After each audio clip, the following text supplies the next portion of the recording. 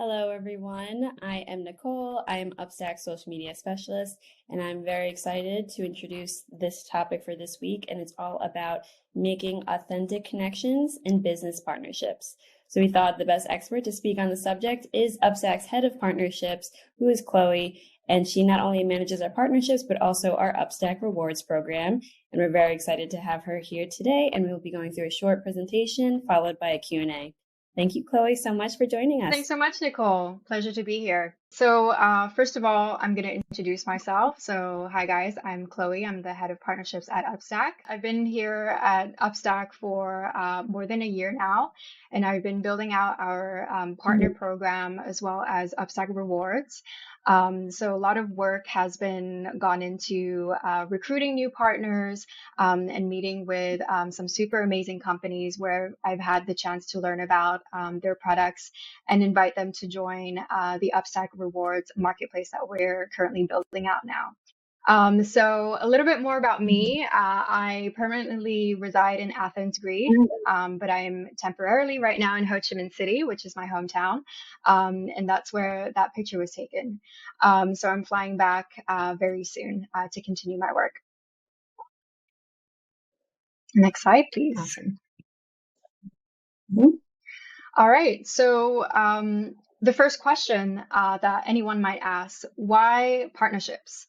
Why are partnerships vital to any business, right? So I think the why is very important. But before we dive into that, I'm just going to explain what a partnership first of all means and how we define them. Yeah. Oops, sorry.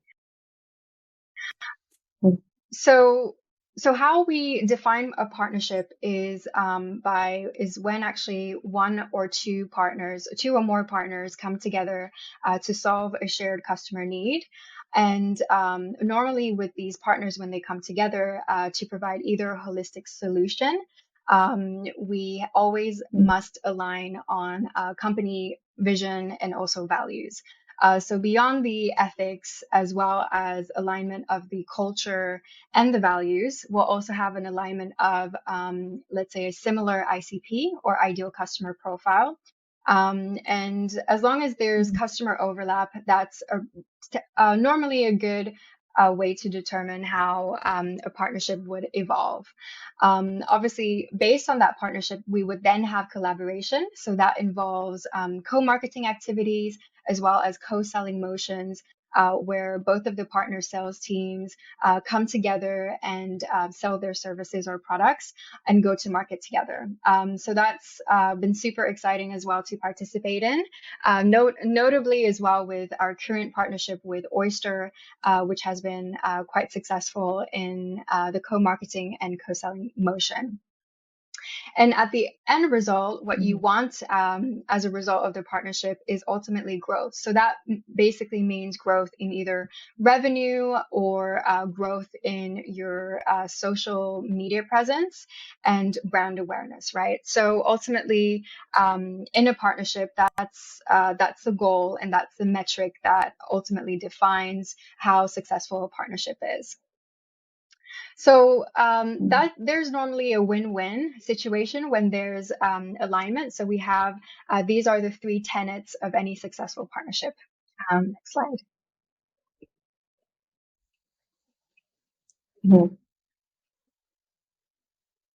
Okay, so I'm going to dive into the three different categories of partners that exist at UpStack.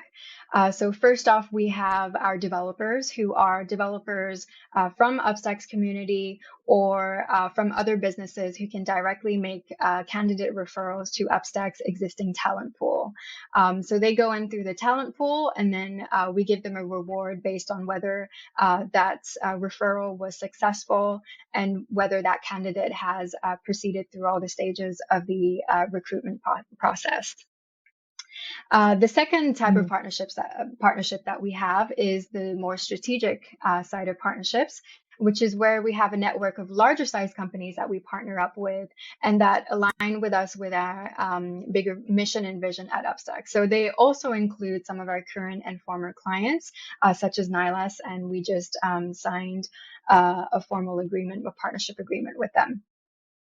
And last but not least, we have our affiliate partners, which are all of our sort of techies, tech review blogs, agencies and freelancers that either work on a part-time basis or full-time, whichever they want, and they earn as well a reward by sharing an affiliate link to their audience. Normally, they'll have a blog or a review site, and then we just pay them a commission based on any referral that has been successful. So those are the three categories of our partners that we have so far. Next slide. Mm-hmm.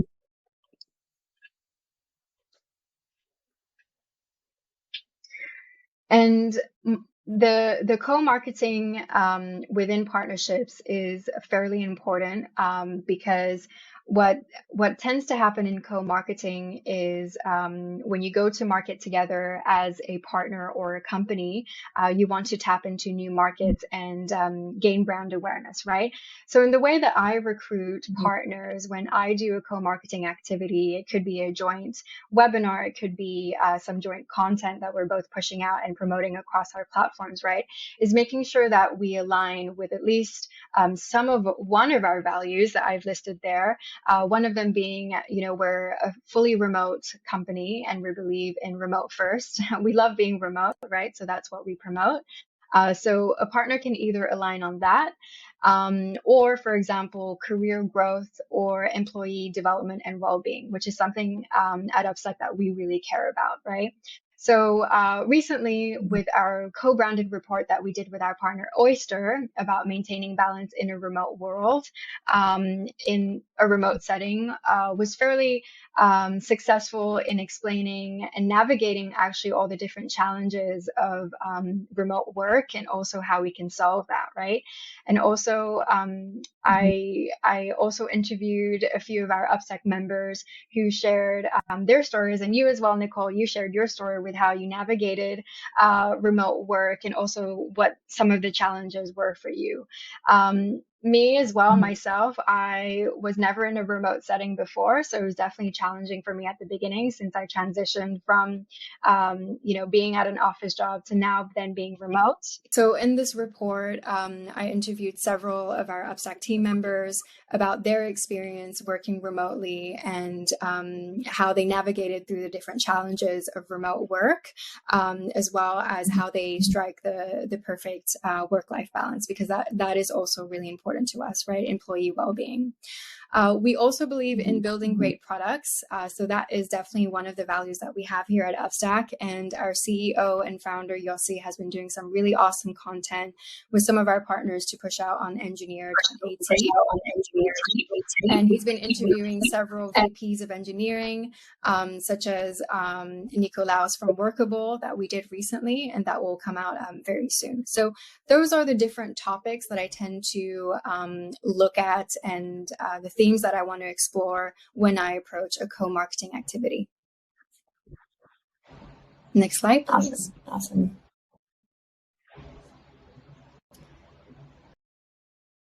All right, and last but not least, to wrap up this presentation, I did want to say a few words about our UpStack Rewards program. So what it is, it's a really cool page where you can see more than 40 of our discounted partner products on there, which feature sort of tools that facilitate remote collaboration between teams, as well as some super cool engineering tools and products and different services that can help you with being more productive at work. And you'll see other categories such as design, as well as CRMs and others as well.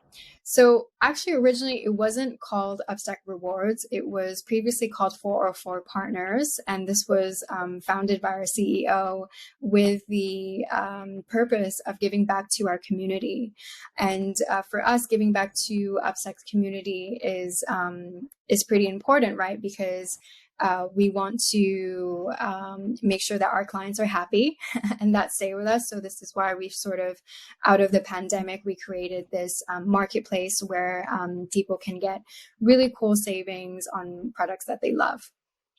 So all of this out of the collaboration with our partners, with the co-selling and the co-marketing, we will then eventually experience growth, tap into new customer bases, learn more about some of our partner products, which gets me really excited, and create a win-win situation for everybody. So it's been super exciting to manage this partnership program, and super looking forward to scaling it, growing it, and making new connections. Thank you, Chloe, so much. That was a really excellent presentation. And I never knew so much about partnerships before. So I know you have your hands in everything related to partnerships at UpStack. So it was really fascinating to learn more about that. And when I think about, in terms of like questions that a newly minted VP of engineering or a C-level executive might have in terms of partnerships, I usually think of, some people might think partnerships are just for really outgoing, like overly confident people. And if you're naturally introverted or soft-spoken, or you have never tried to create or forge a business partnership before, those people might be really hesitant to get into the world of business partnerships. So what would your advice be for like an easy way to introduce yourself to another person of a company that you might want to partner with, that is like simple and approachable? That's a great question, by the way. So the first tip that I have is to start with a simple question, right? Even if you are introverted or shy, I think that's an easy step that anyone can take. And it could be something along the lines of, oh, how did you get to this business event if you met at a networking event, right? And like in San Francisco, or for example, I start with a compliment, where I love your company merch that you're wearing. What does your company do? And that's sort of a great lead, an introduction to then introduce yourself, and then, just ask them like, oh, have you heard of UpStack? And by the way, my name is, Chloe. So you'd be surprised at how many great conversations get started by one simple question. So it can really be anything, and I think it's an icebreaker, especially if you don't know someone. So I think it's making that initial step and being confident. Nice. Is that also your advice for all like networking Generally, events as yes. well? I would say if you're not a naturally confident person, sometimes you just have to fake it till you make it. Unfortunately, it is a popular saying, but there's not really any other way about it, to be honest. And I think, even starting with a question is fairly easy. Another tip that I have is as well, if you're an introvert and if you're shy, just be honest about it and just be like, hey, like, this is really hard for me. I'm actually really shy, and I don't normally go to these events, or, it's my first time at this event. And you'd actually be surprised at how many other introverts that you'll meet and how introverted other people can be. So I think it's a great way to start any conversation with, just be honest and be vulnerable, and as well be yourself. So that's the top tip that I have. Great. Authenticity is always the best way. So I think that's admitting if you're a little bit nervous or that you're shy and don't normally go to networking events and things is always like an easy way to break the ice. I agree. And then in terms of forging business partnerships, but like you said, we're now in a remote world, remote team, everything like that, and you're only reaching out via email or phone call. What would you suggest, like adjusting your approach of like an easy way to try to establish a business partnership over email Sure. or in So a I remote think setting? first, get that, sort of connection, informal sort of connection first, right? Before you talk about business straight away. Like I said, I think having an icebreaker is important because that sort of like breaks the ice and gets the other person comfortable. So they're then comfortable with you.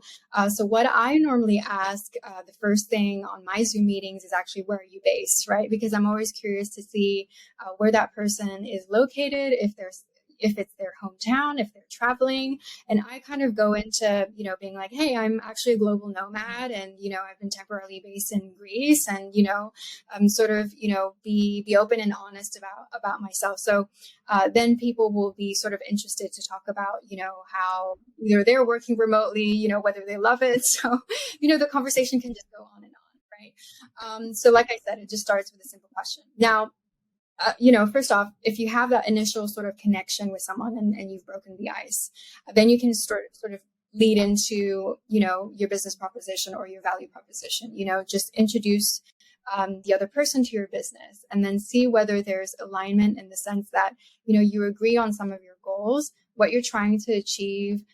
If you were to be a potential partner, whether you have things in common, like I said, alignment was really important in the sense of establishing, a connection and of, let's say, alignment of ethos and ethics and values. Culture as well is really important. And what else? Sorry, I'm just trying to think. And getting aligned on your That's KPIs, okay. your goals, and your expectations. Awesome. Really, really helpful. And I think I have one last question. So I feel like for a lot of executives, the end of the day, their main goal is getting new clients, selling, and essentially being really like effective at selling their company so that other people would want to work with them and they get more clients and everything. How, or what would you say is probably the biggest like benefit to an executive like stepping back and saying like, hey, like actually marketing business partnerships where we're increasing each other's brand awareness is super, super important, because I feel like not every executive agrees that brand awareness is super important as long as they have their stable base of clients. But I think like me and you both know that that is a really essential part of making sure that people are aware of your company, aware of your brand and everything. So if you had to give like one selling proposition to an executive of why they should strongly consider business Sure. So partnerships, I what would would your say advice be? that two is always better than one, right? When you work together, that ultimately produces twice as many results as if, then if you had one person doing all the work or one company doing all the work. So if you partner with another business, it means that you can really leverage their resources and their knowledge to then advertise or promote your brand to new audiences and potentially new clients. So ultimately, that does bring, revenue. That means more growth for the company, an increased brand awareness. So a partnership is extremely beneficial and sometimes can be overlooked, right? So as well, another thing that I would advise is that you treat your partners' teams as an extension of your own team. So you treat them as if they were your own employees. So if you're co-selling, their sales team are selling for you. And if you're doing co-marketing, then that means that their marketing team is helping you, with the joint content, with, writing, with, getting a webinar together. So there's twice as much resources that you can actually leverage when you have a partnership. And ultimately, there's a win-win situation most of the time. Right. And who doesn't love that? I mean, perfect solution. Okay, great. I don't have any more questions for you today, but thank you again so much for being here and answering very thoroughly. And I know not every executive is as outgoing as you, but I feel like this is had a lot of helpful tips for people that maybe lack the confidence, but now can find it. So really great for having you today. Thank you again so much. And for everyone, I'll be uploading this to the UpStack YouTube channel, so feel free to check us out there. And again, thank Thanks. you so much, Chloe.